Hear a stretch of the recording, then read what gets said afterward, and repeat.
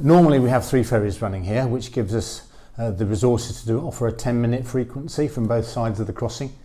Then we drop off to off-peak, 2 ferries, then one ferry overnight. So obviously if one ferry goes away for refit, our maximum is 2. So we can offer a 15-minute service from both sides during that refit period of 6 weeks. So obviously that's going to affect journey times a bit, but regular users have been through refits before. They know it's going to take a few minutes more to get across the river. So we hope users will remember that for this refit as well. The vessels need maintenance, like all transport infrastructure, and we do a lot of it off-peak. When we've only got 2 ferries running, we can use the 3rd ferry to do some basic maintenance. Then we do some things like chain changes and changing some of the drive components during our weekends when we need several hours to do each activity.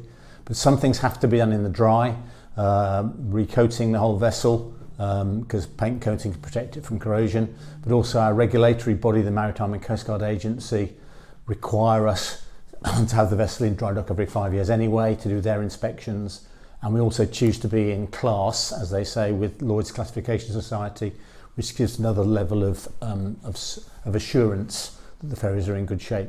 Every refit recoating is done, the whole vessel is repainted. In some cases we strip back existing coatings, but if they're sound we may overcoat. And then periodically we then strip the whole of the vehicle deck off and repaint the whole back to bare metal and recoat that. This time we're not needing to do that on the plim. Then various components in the machinery space, the engine room, will need to be replaced, and then some components wear out in different cycle times. Some things wear out every 5 years, some every 10 years. Electronics obsolescence kicks in around 10 to 15 years, so we have had to replace quite a lot of our electronic components. And this time around we're replacing some key components in the drive system.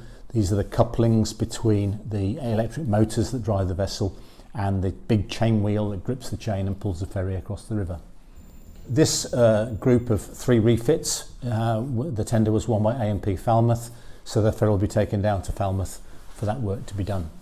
The ferry as it is on the river isn't fit to go outside the estuary, so various bits of strengthening work have to be done to modify the prows. That's the articulating ends of the vessel where vehicles usually go on and off.